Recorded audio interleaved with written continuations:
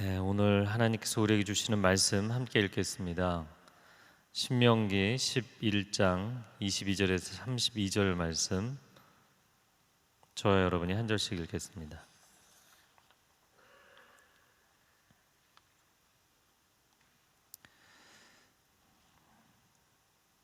너희가 만약 내가 너희에게 준 명령을 잘 따르고 너희 하나님 여호와를 사랑하고 그분의 모든 길로 행하며 그분을 단단히 붙들면 여호와께서 너희 앞에서 이 모든 민족들을 쫓아내실 것이고 너희는 너희보다 크고 힘이 센 민족들을 얻을 것이다. 너희가 밟는 곳이 어디든지 너희 것이 될 것이고 너희 영토는 이 광야에서 레바논까지 유프라테스 강에서 서쪽 바다까지 넓어질 것이다. 어떤 사람도 너희를 대항해 설 수 없을 것이다. 너희 하나님 여호와께서 너희에게 약속하셨듯이 너희가 어디로 가든 온 땅이 너희를 공포와 두려움의 대상으로 생각할 것이다. 보라, 내가 오늘 너희 앞에 축복과 저주를 두었다. 내가 오늘 너희에게 주는 너희 하나님 여호와의 명령에 너희가 순종하면 복을 받을 것이요, 너희가 너희 하나님 여호와의 명령에 불순종하고 오늘 내가 너희에게 명령하는 길에서 떠나 너희가 알지 못했던 다른 신들을 섬긴다면 저주를 받을 것이다. 너희 하나님 여호와께서 너희가 들어가 차지하게 될 그 땅으로 너희를 들이실 때 너희는 그리심산에서 복을 선포하고 에발산에서 저주를 선포해야 한다. 너희가 알다시피 이 산들은 요단강 건너 해지는 쪽으로 가는 길, 길갈 지방의 아라바에 사는 가나안 사람들의 영토 안에 모레라는 상소리 나무 가까이에 있다. 너희는 요단강을 건너 너희 하나님 여호와께서 주시는 땅으로 들어가 차지하라. 너희는 그것을 차지하고 거기서 살 때, 함께 읽겠습니다. 내가 오늘 너희 앞에 두는 모든 규례와 법도를 명심해 지키도록 하라. 아멘. 네, 오늘 하루도 말씀으로 성령으로 충만한 하루가 되시기를 축복합니다. 신명기 11장을 세 부분으로 나눠서 봤는데 오늘 세 번째 부분입니다. 22절, 23절 말씀에 명령을 잘 따르고 여호와 하나님을 사랑하고 그분을 붙든다면 이 모든 민족들을 너희 앞에서 쫓아내시고 너희보다 크고 힘이 센 민족들을 얻을 것이다. 그래서 하나님을 사랑하고 순종하면 약속의 땅 모든 민족을 쫓아내시겠다. 강한 민족들도 얻게 하시겠다. 실제로 여호수아 정복기를 보면 기브온은 큰 성읍이었더라. 그래서 그 기브온이 여리고가 무너지고 이스라엘이 강력한 것을 보고 여호수아와 그 지도자들에게 나와서 화친 조약을 맺고, 사실 말하자면 주종 관계의 계약을 맺은 것이죠. 그 기브온 큰 성읍이 이스라엘에게 싸워보지도 않고 복종하게 된 것을 주변 민족들이 놀랍게 여겼다. 그렇게 돼 있죠. 이들은 후일에 솔로몬 성전에 물을 깃고 나무를 패는 자들이 되었는데, 그 성전 봉사자들, 느디님 사람들이라는 표현이 이제 뒷부분에 나오죠. 느헤미야, 에스라서에 나오는 이 느디님 사람들, 이 성전 봉사자들이 된 사람들입니다. 자, 하나님께서 너희가 나를 사랑하고 나에게 순종하면 이런 큰 민족들, 강력한 민족들을 다 물리칠 수 있을 것이다. 왜 이런 말씀을 하셨을까요? 상대적으로 보자면 이스라엘 백성들이 굉장히 두려워 떨고 있었거든요. 자기들은 이집트에서 그냥 노예 생활을 한 지 430년이잖아요.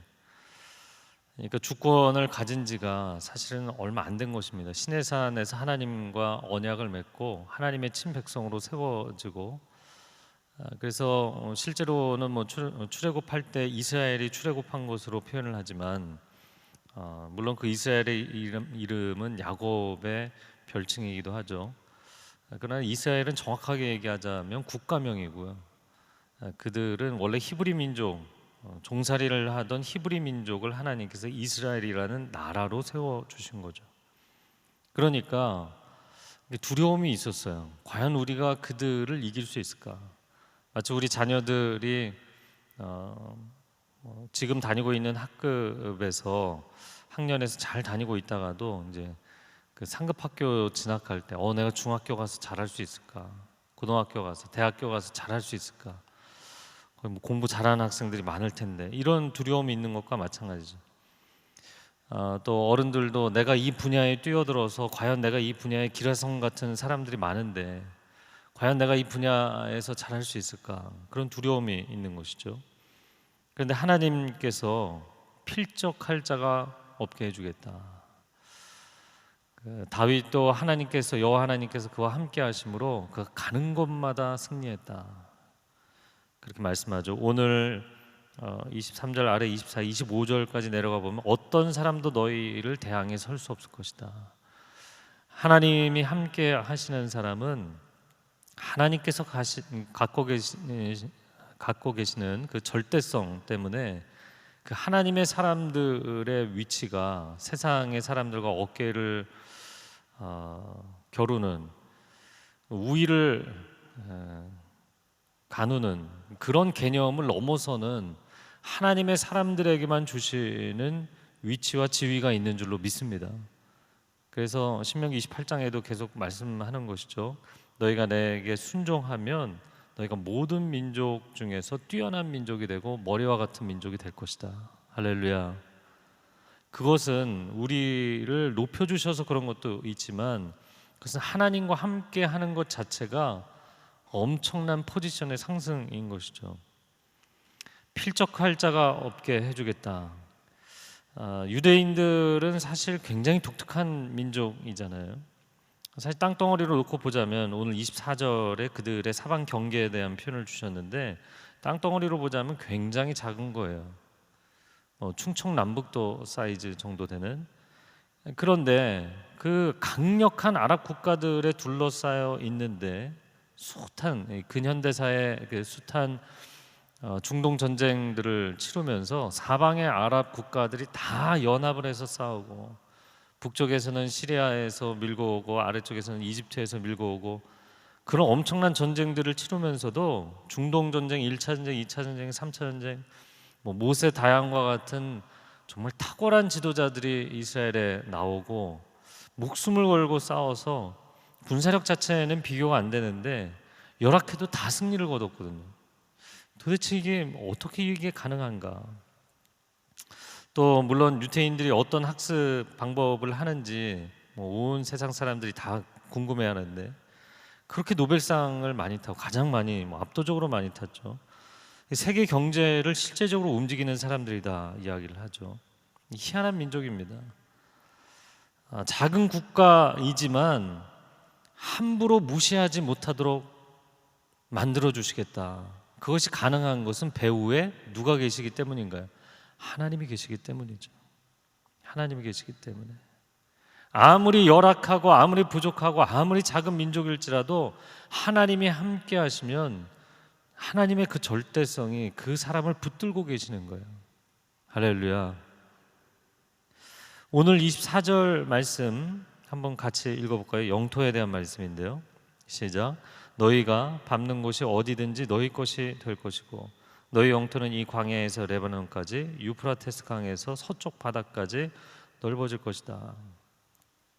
너희가 밟는 곳, 너희가 뛰어드는 영역, 너희가 뛰어드는 시작하는 프로젝트 하나님께서 너희 것이 되게 해주시겠다.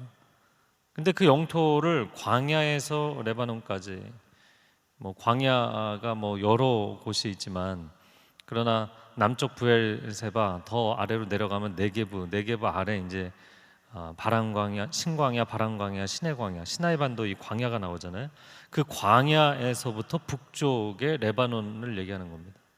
그 레바논 백향목 많이 이야기하죠.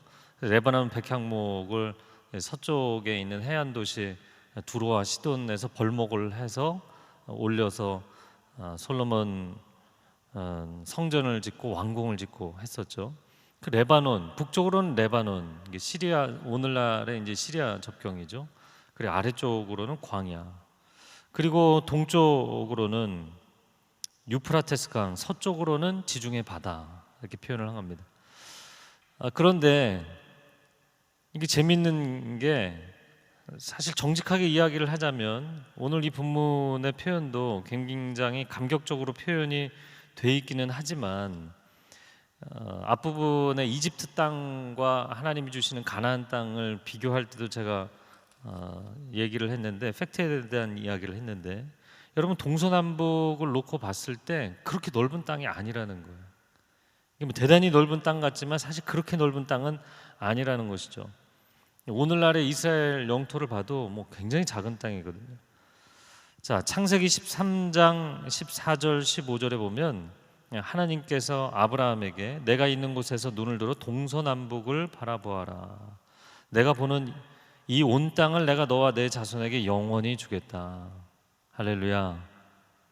자, 그러면 동서남북을 바라보아서 내가 보이는 모든 땅을 주시겠다 그러면 엄청난 것 같잖아요. 근데 한 개인에게 그렇게 말씀해 주신 건데, 눈으로 사람이 육안으로 그 자리에 서서 볼 수 있는 땅덩어리라는 게 얼마나 크겠어요. 그러니까 사실 한 국가가 차지하기에는 그렇게 큰 땅이 아니라고요. 도대체 왜 이런 땅을 주셨을까? 왜 여기에다가 주셨을까? 뭐 여러 가지 설명이 가능하겠죠. 그런데 우리가 이집트 땅과 비교했을 때는 적과 꿀이 흐르는 땅, 1년 내내 하나님의 눈이, 하나님의 시선이 머물러 있는 땅, 하나님이 돌보시는 땅. 저를 한번 따라해 보시겠어요? 하나님이 돌보시는 땅. 하나님이 돌보시는 땅이기 때문이다. 그 돌보신다라는 것은 하나님이 마음을 쓰시고 직접 경영하신다는 것인데, 하나님께서 이 백성들이 하나님을 사랑하고 순종하면 비를 우로를 내려주시고, 순종하지 않으면 하나님께서 그걸 끊으시고, 하나님이 그렇게 직접 관여하시는 땅이기 때문이다. 은혜를 구하지 않으면 살 수 없는 땅이기 때문이다. 그래서 이 땅을 주신 것도 있고요. 사방 영토를 갖고 생각을 해본다면 동서남북 보이는 모든 곳을 주시겠다. 진짜 뭐 아브라함이 보이는 모든 곳을 하나님이 주신 것인데, 그러나 이것을 성경 전체의 히스토리를 놓고 본다면 여호와 하나님의 복이 사방으로 퍼지도록 하는 복의 근원이 되도록 만드신 땅이에요. 왜 열강의 틈바구니 안에 두셨을까? 사실 굉장히 지정학적으로 위치가 안 좋은 겁니다. 동쪽으로 가면 메소포타미아, 고대 문명으로는 수메르 문명, 서남쪽으로 가면 이집트 문명, 고대의 강력한 문명, 그리고 그 고대에서 사실 이제 BC AD를 가르는 그 시기로 이제 넘어 들어오기 시작하면서 헬라 제국, 로마 제국, 뭐 세계의 모든 강력한 제국들에 둘러싸여서 엄청난 고생을 했다고요. 그럼 왜 그런 강대국들 사이에 하나님 고생을 하도록 만드셨습니까? 가 아니라, 그거는 우리 이제 인간적인 관점이고요. 하나님의 복이 사방으로 흘러가도록, 열방으로 흘러가도록 그 한가운데 세워두신 거예요. 할렐루야. 그리고 예언서들이 이야기하고 마지막 계시록이 이야기하는 것은 그 사방에서, 열방에서 하나님 앞에 예배하는 자들이 시온에 올 수 있도록, 그래서 거기 두신 거예요. 하나님 도대체 저를 왜 여기 두셨습니까? 왜 이렇게 기라성같이 훌륭한 사람들 한가운데서 제가 이 사업을 하게 하셨습니까? 제가 왜 이 분야에 이렇게 강력한 사람들 한가운데 있게 하셨습니까? 왜 이 많은 좋은 학생들 한가운데서 제가 여기서 이 학업을 하게 하셨습니까? 여러분은 하나님의 축복의 통로인 줄로 믿습니다. 그래서 그 한가운데 세워두신 거예요. 열방으로 흘러가라고, 하나님의 복이 흘러가는 통로가 되라고. 그리고 열방에서 하나님의 사람들이, 그 존귀한 사람들이 이곳 시온에 와서, 약속의 땅에 와서 하나님 앞에 성산에 올라가서 예배하는 예배자로 설 수 있도록 거기 하나님이 우리를 세워두신 거예요. 자, 26절 말씀, 26절부터 28절 말씀 한번 같이 읽어볼까요? 시작. 보라, 내가 오늘 너희 앞에 축복과 저주를 두었다. 내가 오늘 너희에게 주는 너희 하나님 여호와의 명령에 너희가 순종하면 복을 받을 것이요, 너희가 너희 하나님 여호와의 명령에 불순종하고 오늘 내가 너희에게 명령하는 길에서 떠나 너희가 알지 못했던 다른 신들을 섬긴다면 저주를 받을 것이다. 하나님께서 이스라엘 백성들, 하나님의 백성들을 강력한 그분의 능력의 팔로 인도하시는 게 맞지만, 하나님은 절대자이시고 주권자이시니까, 근데 중간중간에 우리가 문득문득 깨닫게 되는 건 뭐냐면 하나님 굉장히 인격적으로 대하신다는 거예요. 자, 축복과 저주를 너희 앞에 두었다. 뭘 선택할래? 이런 거예요. 하나님께서 식당에 우리랑 같이 가셔갖고 너 뭐 먹을래? 너 이거 무조건 이거 먹어. 하나님 그렇게 안 하신다는 거예요. 너 뭘 먹을래? 메뉴 너가 골라라. 그렇게 말씀하신다는 거예요. 돌잡이 할 때 아이들 앞에 뭐 더 집었으면 좋겠는 거 이렇게 부모가 그 앞에 갖다 놔도 그래서 결국에 그거 잡는 거는 아이가 하는 거잖아요. 아닌가요? 맞죠? 아이가 잡는 거잖아요. 자기가 잡고 싶은 거 잡는 거잖아요. 그냥 하나님께서 축복과 저주를 너의 앞에 두었으니까 너가 잡고 싶은 거를 잡아라. 그러나 결과는 내가 알려준다. 순종하면 복을 받을 것이고 불순종하면 우상 숭배하면 저주가 임할 것이다. 우리는 하나님께 도대체 하나님 왜 이러셨나 이렇게 원망을 많이 하잖아요. 제가 이번 학기 성경 통독 강의를 이제 금요일 날 이제 온라인상으로 나가기 전에 이제 다시 미리 다 확인을 하는데요. 도대체 선악과는 왜 주셔서 뭐 이런 거 있잖아요. 왜 하나님 이렇게 하셨습니까? 이번 주에 금요일에 내일 나가는 강의를 어제 확인을 해보니까 한 분이 또 이런 질문을 했었던 거예요. 광야에서 광야 1세대 출애굽해서 끌어내면 이 사람들이 불순종할 거 하나님 알지 않았습니까? 그럼 도대체 왜 데리고 나와갖고 이 사람들을 이렇게 괴롭게 하셨습니까? 광야에서 뭐 이런 거예요. 여러분, 우리의 인생에 하나님이 주도권을 갖고 있다고 생각하니까 하나님이 절대적 결정권을 갖고 있는데 도대체 왜 그러셨냐고. 우리는 그렇게 하나님을 원망할 때가 많지만 사실은 선택권을 우리에게 주신 거예요. 선택권을 주신 거라고요. 우리가 생각할 때는 그러지 마시고 그냥 하나님이 바른 결정하시니까 무조건 복을 주는 길로 몰아가시면 되지 않습니까? 근데 하나님은 너가 선택하라는 거예요. 다 마련해 놓으시고 다 준비해 놓으시고 나서 마지막은 너가 결정해라. 인격적이신 하나님. 아무리 좋은 것도 본인이 좋아야지, 본인이 좋아하지 않으면 소용이 없는 거잖아요. 여러분, 자녀들 키워보신 분들 다 아시잖아요. 아무리 좋은 것도 본인이 좋아해야지, 본인이 좋아서 하겠다고 해야지, 그러지 않으면 소용이 없는 거예요. 신명기가 저를 한번 따라해서 하나님의 사랑의 잔소리, 하나님의 끊임없는 무한반복 돌림노래 잔소리가 된 이유는 뭘까요?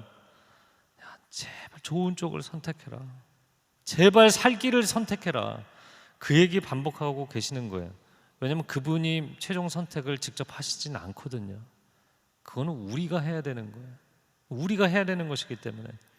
자, 29절 말씀에 하반절에 보면 너희는 그리심산에서 복을 선포하고 에발산에 저주를 선포해야 된다.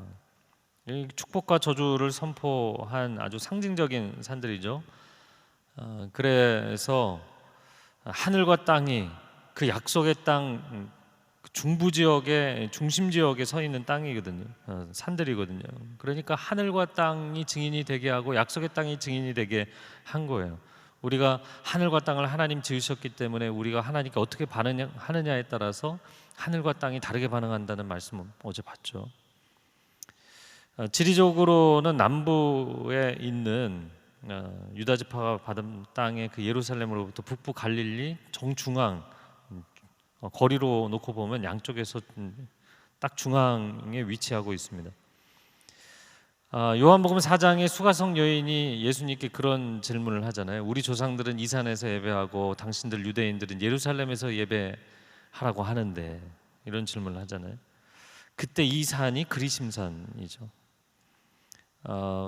남유다와 북이스라엘 이렇게 분열 왕국 시대에 북이스라엘의 수도가 나중에는 이제 사마리아가 되어서 북이스라엘이 무너지고 나서도 이 북부인들을 사마리아인이다 이렇게 부르게 됐죠. 그리고 남부 사람들은 유다인이다 이렇게 부르게 됐어요.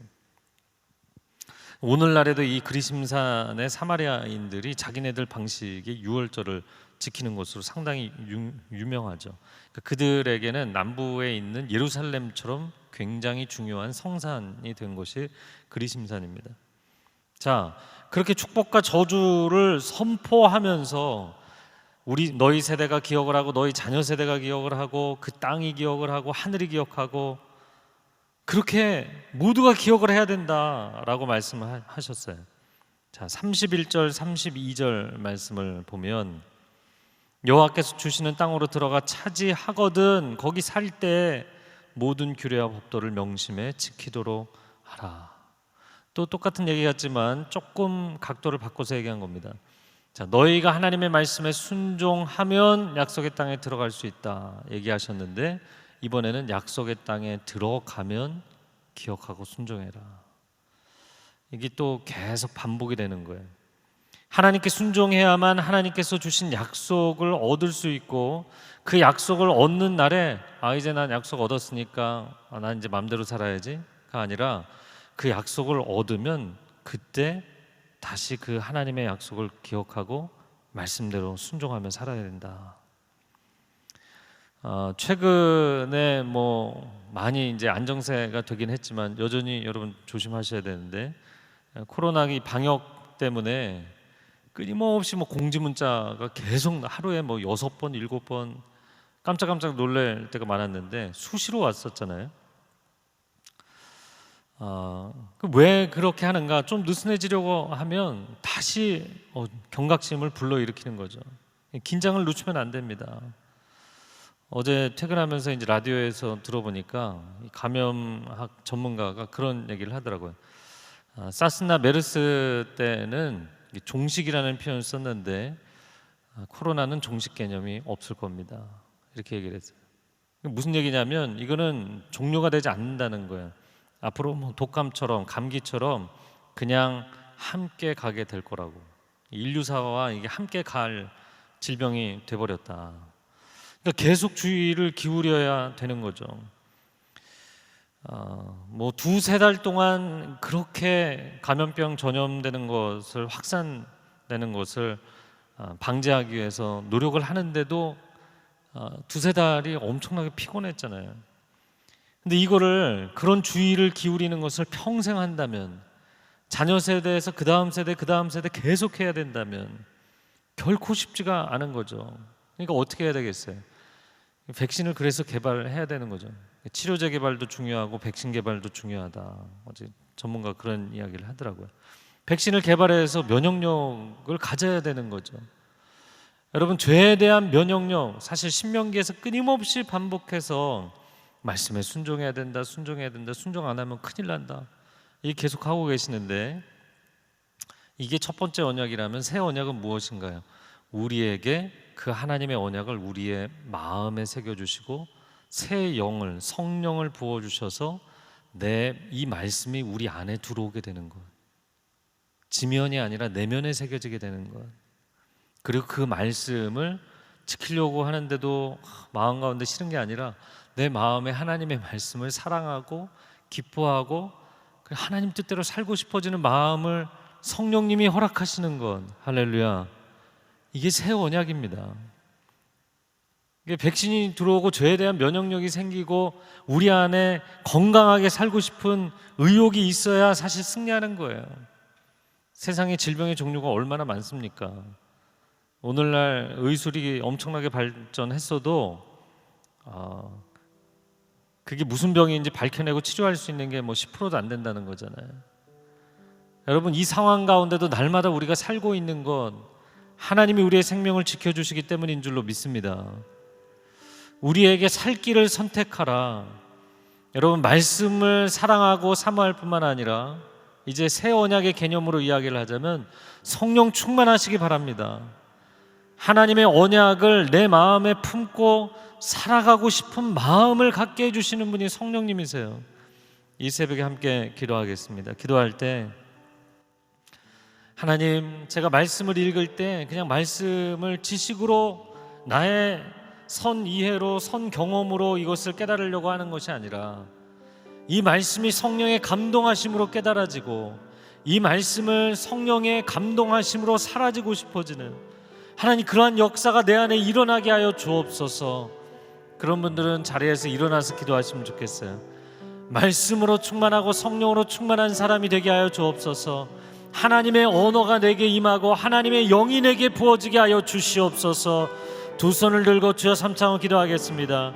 주여, 주여, 주여. 성령 하나님, 우리가 내 인자하여 주옵소서.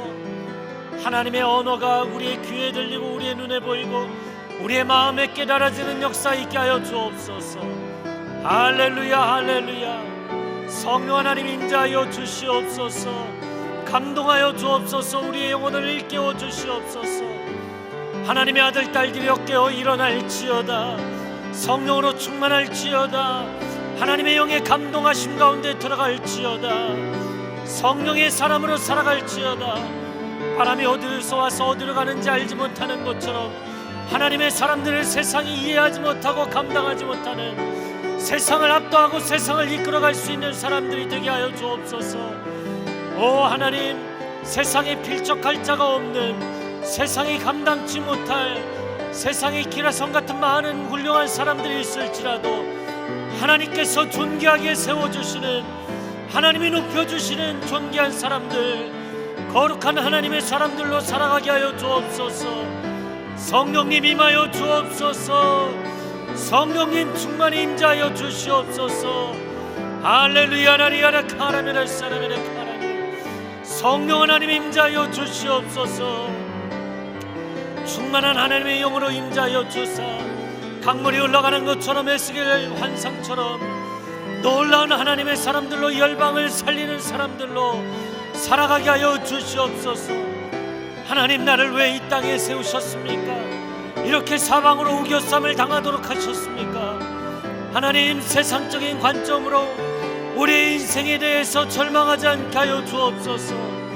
열방으로 나아가라 말씀하십니다. 사방을 축복하라 말씀하십니다.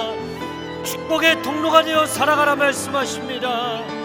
오 하나님, 우리 한 사람 한 사람이 하나님의 은혜와 하나님의 복의 통로로 살게 하옵소서. 하나님, 우리를 통하여 오늘도 살아 역사하여 주시옵소서. 임재하여 주시옵소서. 한 번 더 기도하겠습니다. 기도할 때 여러분과 여러분의 자녀들을 위해서 기도하시기 바랍니다. 세상은 경쟁을 이야기합니다. 이 경쟁이라는 것은 상대적인 세계에서는 뭐 피치 못할 불가피한 개념입니다.